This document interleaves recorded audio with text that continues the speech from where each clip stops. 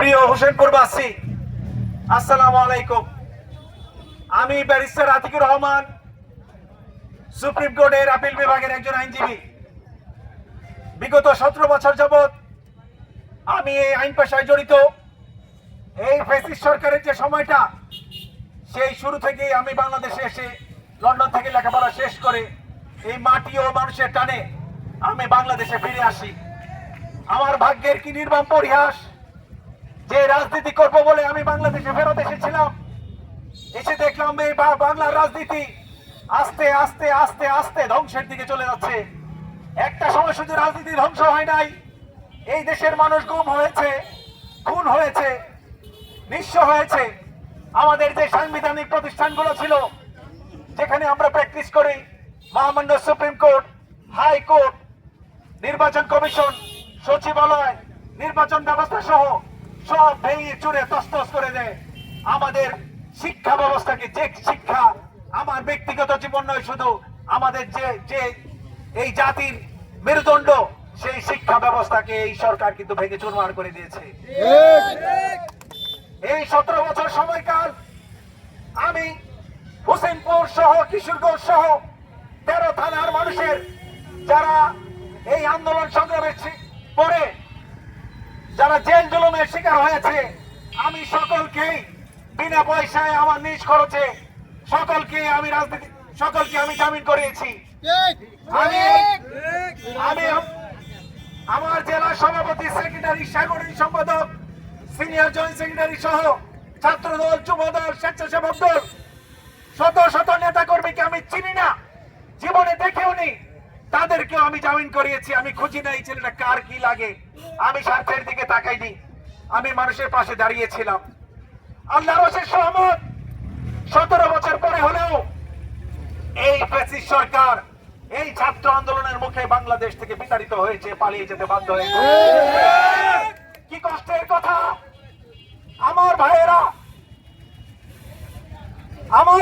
প্রায় দুই সহস্র মানুষ এই আন্দোলনে কিন্তু আত্মহতি দিয়েছে। হাজার হাজার লক্ষ লক্ষ নেতা কর্মী, সাধারণ জনগণ, ছাত্র জনতা কিন্তু আহত হয়েছে। আমরা যদি প্রকৃত মুমিন হয়ে থাকি, আমরা যদি মুসলমান হয়ে থাকি, তাহলে এই মানুষগুলোর প্রতি যারা নিহত হয়েছে, আহত হয়েছে, বঙ্গুত্ব বরণ করেছে, তাদের প্রতি আজীবন আমাদের কৃতজ্ঞ থাকা উচিত। এই বাংলাদেশের সার্বভৌমত্ব কিন্তু হুমকির সম্মুখীন হয়ে গিয়েছিল। আপনি জানেন, এই পার্শ্ববর্তী দেশের আগ্রাসন এর কারণে আমাদের কিন্তু জাতির অস্তিত্বই কিন্তু হুমকির সম্মুখীন হয়েছিল। আজকে আমার দেশের পুলিশ বাহিনী, র্যাব, এই যৌথ বাহিনী বলেন, পিডিআর বলেন, পুলিশ বলেন, আর্মি বলেন, আর্মির একটা একাংশ বলেন, আমি আর্মিকে কিন্তু দোষারোপ করতে চাই না। আর্মির থেকে ডেপুটেশন এসে এই আর্মি অফিসাররা আমাদের দেশের এই জনগণের টাকায়, ট্যাক্সের টাকায় তাদের র্যাঙ্ক লাগে। Lieutenant general, colonel, major general, brigadier, major, captain, lieutenant সহ এই পদবিগুলো কোথেকে আসে? জনগণের টাকায় আসে। আপনার কাঁধে যে বন্দুকরা রাখছে, যে র্যাঙ্ক দিয়ে আপনি অহংকার করেন, ব্যক্তিত্ব নিয়ে হেঁটে যান, এই টাকাগুলোর মালিক কে?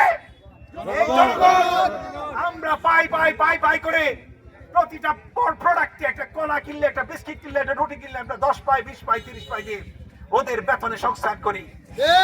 আজকে এই বিপদগামী অফিসাররা দেশের সার্বভৌমত্বের প্রতি না থাকিয়ে, আমাদের মা বোনদের দিকে না তাকিয়ে, রাজনৈতিক দলগুলোর দিকে না তাকিয়ে, তারা কিন্তু আমাদের দলের নেতা কর্মীকে, অন্যান্য দলের নেতা কর্মীকে কিন্তু তারা খুন করেছে, গুম করেছে, এবং অনেক নামি দামি যারা এই দেশের রাষ্ট্রের পক্ষ ছিল, ইলিয়াস আলী সহ অনেক নেতা কর্মীকে তারা গুম করেছে, খুন করেছে, আজকে পর্যন্ত খুঁজে পাওয়া যায় নাই। আপনার জনাব তারেক রহমান কি বলেছেন? জনাব তারেক আপনাকে বলেন, যারা অপরাধ করে অপরাধীর বিচার হওয়া উচিত না? সে যত বড়ই হোক। আমি একজন আইনের ছাত্র, আমি একজন আইনজীবী, দেশে বিদেশে পড়াশোনা করেছি। আমরা কি দেখেছি? আইনের ঊর্ধ্বে কেউ নয়। এই যে একটা সংবিধান, এটা কেন? আইনের শাসন প্রতিষ্ঠার জন্য। এই আইনকে তারা ভুলুণ্ঠিত করেছে, আমাদের কোর্টকে জিম্মি করেছে, বিচার বিভাগকে ধ্বংস করেছে, প্রধান বিচারপতিকে ছেড়ে দিয়ে বাংলাদেশ থেকে বিচার করেছে। প্রধান বিচারপতির কোনো বিচার ছিল না। সংগ্রামী সাথী বন্ধুরা আমার, আল্লাহর অশেষ সহমতে আমাদের এই শত শত হাজার হাজার লক্ষ লক্ষ মানুষের এই আন্দোলন সংগ্রামের কারণে, জীবন বিপন্ন হওয়ার কারণে কিন্তু আজকে আমরা একটা হাফ ছেড়ে বাঁচার মতো মানসিক বাংলাদেশে আমরা আছি। আমরা কিন্তু এখন নিঃশ্বাস নিতে পারি, মুখ ভরে নিঃশ্বাস নিতে পারি। কাজে এই যে গণতন্ত্রের ধারা আবার যে চালু হয়েছে, এই গণতন্ত্রের ধারা যদি চালু রাখতে হয় তাহলে বেগম খালেদা জিয়া, জনাব তারেক রহমান সাহেবের যে 31 দফা, এই দফা কিন্তু যে আওয়ামী লীগ ধ্বংস করেছে, 74-এ যেভাবে 71-এর পরে 72-এ 74-এ তারা রক্ষী বাহিনী দিয়ে যেভাবে বাংলাদেশকে ধ্বংস করেছিল, এইবার পুলিশকে দিয়ে, র্যাবকে দিয়ে কিন্তু তারা বাংলাদেশকে ধ্বংস করেছে। আবার কিন্তু 1974 সালে যখন বাংলাদেশ এই অবস্থায় ছিল, তখন কারা এগিয়ে এসেছিল? আর্মি অফিসাররা এগিয়ে এসেছিল। এই দুর্ভিক্ষ বলেন, একদলীয় বাকশাল বলেন, সবকিছুতে রক্ষা করেছিল। যাই হোক, এবং শহীদ প্রেসিডেন্ট জিয়াউর রহমান এই বহুদলীয় গণতন্ত্র প্রতিষ্ঠা করেছেন। উনি কখনো নিজের র্যাঙ্কের দিকে তাকায়নি।